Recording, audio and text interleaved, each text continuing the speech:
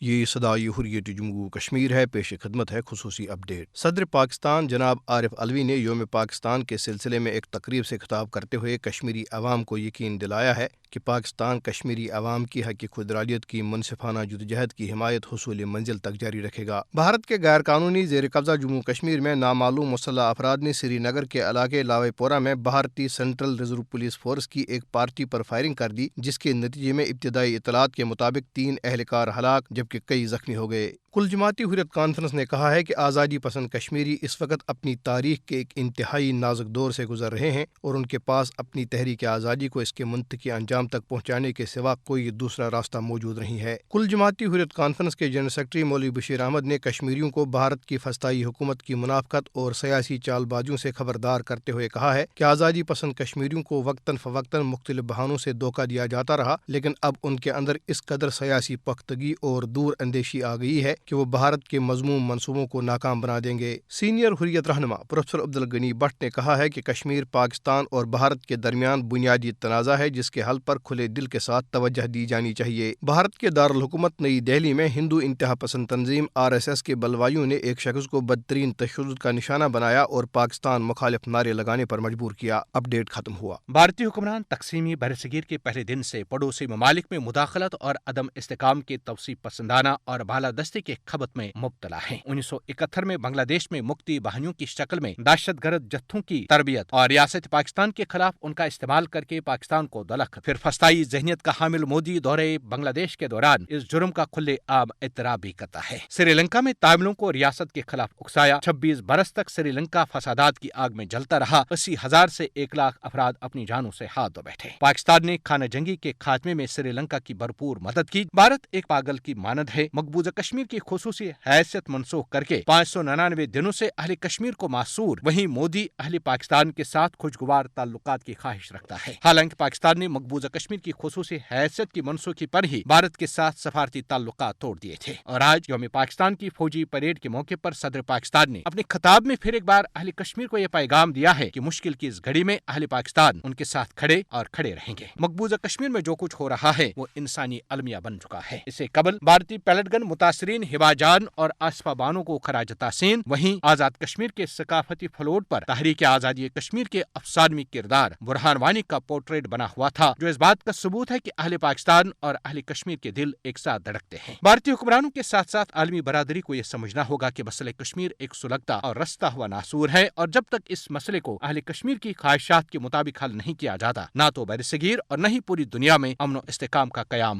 ممکن ہوگا۔